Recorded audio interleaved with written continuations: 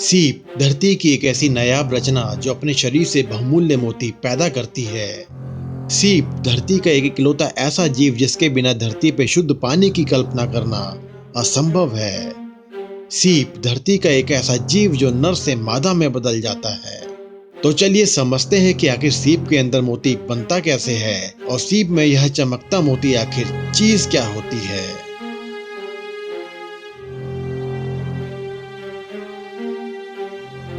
सीप का मोती एकमात्र ऐसा रत्न है जिसको एक समुद्री जीव जन्म देता है, वरना अन्य सभी रत्न एवं मणियां धरती के गर्भ से खनिजों के रूप में निकाली जाती हैं।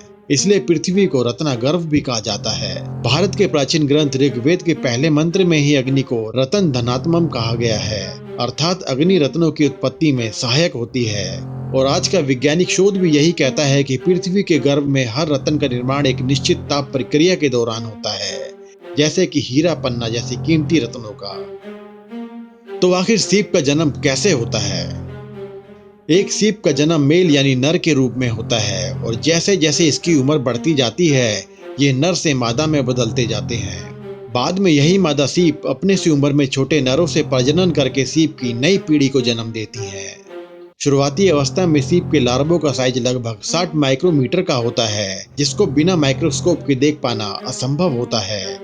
धीरे धीरे इनका आकार बढ़ने लगता है और इनके शरीर पे कैल्शियम कार्बोनेट की एक कठोर परत चढ़ने लगती है, जिसको हम शेल या सीप कहते हैं। फिर आखिर एक सीप के अंदर मोती बनता कैसे है?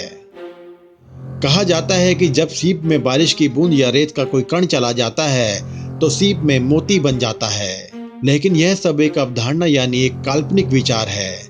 किसी सीप में मोती तभी बनता है जब कोई सूक्ष्म जीव सीप में मौजूद घोंघे के शरीर में प्रवेश करके उसकी कोशिकाओं को क्षति पहुंचाता है। यह ठीक वैसे ही होता है जैसे कोई परजीवी हमारे शरीर के अंदर प्रवेश करने के बाद हमारी कोशिकाओं को नुकसान पहुंचाता है। ऐसे में हमारा डिफेंस सिस्टम उसको मारने के लिए दौड़ पड़ता है और हमारे सेल उस क्षतिग्रस्त कोशिकाओं को ठीक करने में जुट जाती हैं। ठीक ऐसा ही सीप के अंदर मौजूद घोंघा करता है। सीप भी अपने अंदर हुई कोशिका क्षति को ठीक करने के लिए क्षतिग्रस्त कोशिकाओं के चारों तरफ एक तरल पदार्थ कैल्शियम कार्बोनेट को छोड़ता है। इसी कैल्शियम कार्बोनेट की फॉर्मेशन से सीप के अंदर एक ट्यूमर बनता है, जिसको हम एक कीमती मोती कहते हैं। यानी सीप के अंदर से निकलने वाला एक मोती कुछ और नहीं बल्कि सीप का एक ट्यूमर होता है, जिसको हम एक कीमती रत्न कहते हैं। एक सीप के अंदर मोती बनने में कितना समय लगता है? यह सीप के प्रकार और आकार पर निर्भर करता है। आमतौर पर कुदरती अवस्था में एक बड़ी सीप के अंदर मोती बनने में लगभग 2 से 3 साल के बीच का समय लगता है। आज पूरी दुनिया में साउथ सी ओयस्टर की मोती की गुणवत्ता सबसे उत्तम मानी जाती है। एक साउथ सी ओयस्टर लगभग 40 साल तक जी सकती है, जिसका आकार 3 से 12 इंच तक का हो सकता है। कुदरती अवस्था में यह सीप लगभग 3 साल के अंदर 20 mm का मोती तैयार करती है, लेकिन औसतन 10,000 सीप में से सिर्फ एक ही सीप मोती का निर्माण करती है। अभी तक का सबसे बड़ा मोती कितना बड़ा है?